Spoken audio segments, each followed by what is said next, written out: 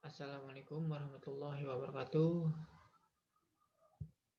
Kali ini saya akan mempresentasikan tentang multiperan guru pendidikan jasmani terhadap siswa atau peserta didik ya. Saya dari Universitas Islam 45 Bekasi.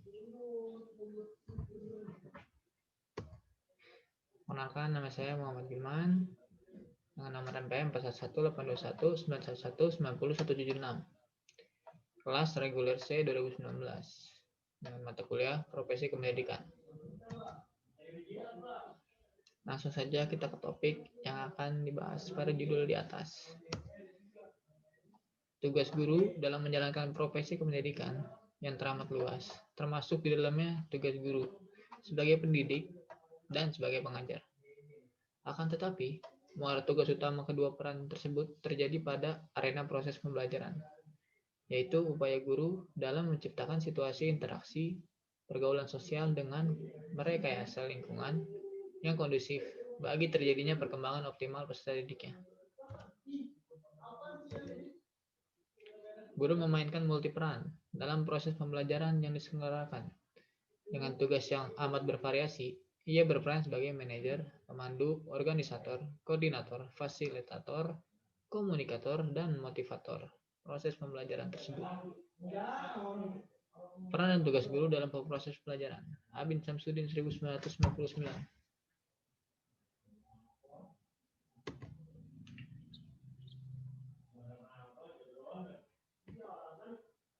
1. Sebagai konservator atau pemelihara.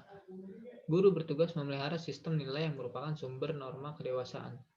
Dalam sistem pembelajaran, guru merupakan figur bagi peserta didik dalam memelihara sistem nilai. Dengan perannya sebagai konservator, guru sekaligus menjadi inovator atau pengembang. Sistem nilai, ilmu pengetahuan, dan teknologi yang dikaji dalam sistem pembelajaran itu. Jadi, guru bertugas bukan hanya memelihara sistem nilai, tetapi juga mengembangkannya pada tataran yang lebih luas dan lebih maju. Jadi kesimpulan dari konservator adalah dia memelihara sistem pembelajarannya, bukan tentang pelajaran jasmaninya saja, olahraga ya, tentang pelajaran norma agama, norma susila, dan norma-norma lainnya. Itu guru, tugas guru. Yang kedua, sebagai transmitter atau penerus sistem-sistem nilai. Guru selayaknya meneruskan sistem-sistem nilai tersebut kepada peserta didik. Dengan demikian, sistem nilai tersebut dimungkinkan akan diwariskan kepada peserta didik sebagai generasi yang akan melanjutkan sistem nilai tersebut.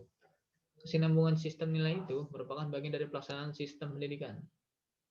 Nah, kalau transmitter itu penerus, disebut penerus ya. Jadi, guru kan dia ngajar, dia kasih tahu murid-muridnya akan pasti mewariskan nilai-nilai tersebut, nilai kebaikannya, jangan keburukannya. Nilai-nilai kayak ya akademiknya boleh dicontoh, sifatnya atau kepribadiannya seperti itu. Oke, si siswa atau peserta didik dia bakal nerusin sebagai transmitter ini. Yang ketiga sebagai transformator atau penerjemah sistem-sistem nilai. Guru bertugas menerjemahkan sistem-sistem nilai tersebut melalui penjelmaan dalam pribadi dan perilakunya. Lewat proses interaksinya dengan peserta didik, diharapkan pula sistem-sistem nilai tersebut menjelma dalam pribadi peserta didiknya. Nah, yang ini nih. Yaitu guru ibarat kata dia selalu ngasih contoh yang baik buat murid-muridnya agar muridnya melakukan hal yang sama. Seperti itu. Lanjut. Sebagai perencana atau planner. Guru bertugas mempersiapkan apa yang akan dilakukan di dalam proses pembelajaran. Ia harus membuat rencana pembelajaran yang matang. Guru merencanakan proses pembelajaran mulai dari perumusan tujuan pembelajaran, merencanakan strategi proses operasional pembelajaran, dan merencanakan strategi evaluasi yang meliputi evaluasi program, proses dan hasilnya. Nah, si guru juga dia menjadi orang yang mempersiapkan segala macamnya, maupun di bidang dia kayak guru olahraga misalnya dia nyiapin bola atau ya olahraga lainnya, matras kalau mau roll depan atau roll belakang, dia ngertenain semua. Dan program-program pengajarnya dievaluasi lagi, seperti itu. Nggak cuma sekedar ya kamu roll depan, kamu roll belakang, nggak seperti gitu. Dia jadi ngerencanain semuanya udah matang-matang. Lanjut. Sebagai manajer proses pembelajaran, guru bertugas mengelola proses operasional pembelajaran, mulai dari mempersiapkan, mengorganisasikan, melaksanakan, dan mengevaluasi proses pembelajaran. Di sini ditentukan siapa yang harus terlibat dalam proses pembelajaran, serta sejauh mana tingkat keterlibatannya. Semua unsur yang diperkirakan menunjang atau menghambat berhasilnya proses pembelajaran dikelola sesuai dengan kondisi objektifnya masing-masing. Multiperan guru selanjutnya, dia mengelola operasional pembelajaran. Operasional pembelajaran itu contohnya kalau guru olahraga kayak bola, dia beli bola gunanya apa nih, berapa nih muridnya dapat apa kalau dia beli bola segini, kalau dia beli matras banyak segini muridnya pakai nggak, atau beli tenis meja, mejanya ini enggak sesuai nggak sama yang diajarin ke murid-muridnya, muridnya dapat hasilnya atau tidak. Lihat dari situ. Kita lanjut.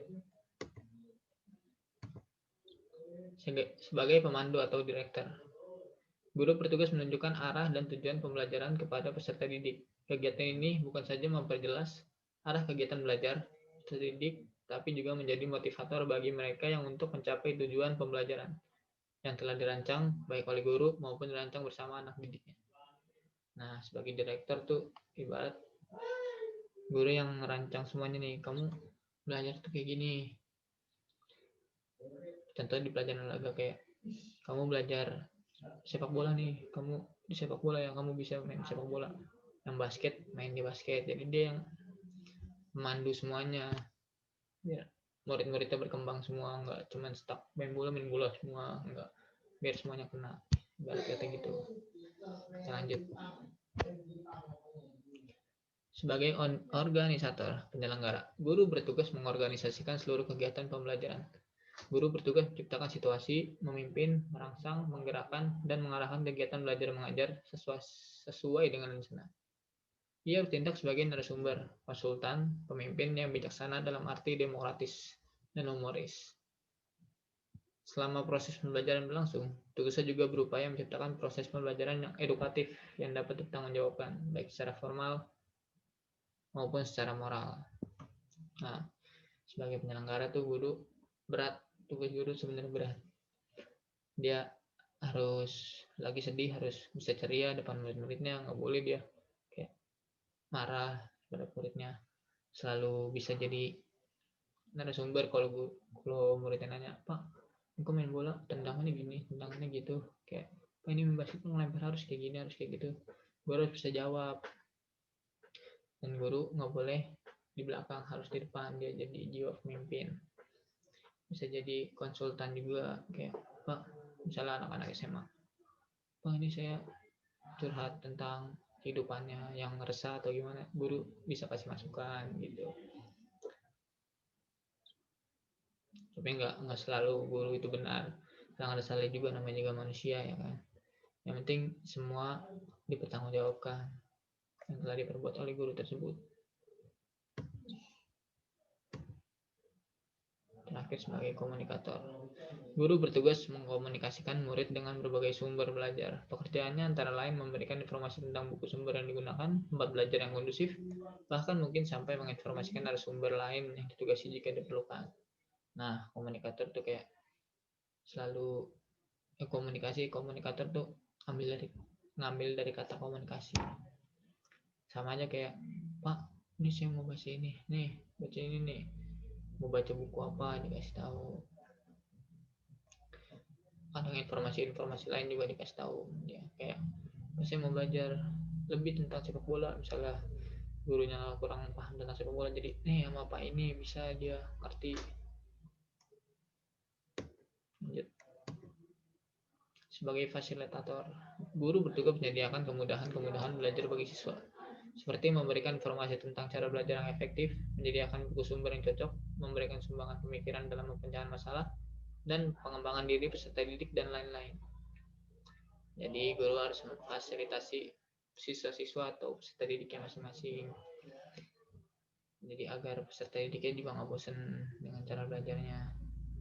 Misalnya kayak belajar di kelas mulu atau belajar di lapangan mulu, kan kadang juga bosan. Jadi kadang pergi ke lapangan mana nih, pergi ke taman ini, pergi ke taman itu, biar peserta didik juga semakin mengenal lingkungan, nggak stuck di situ aja. Lanjut.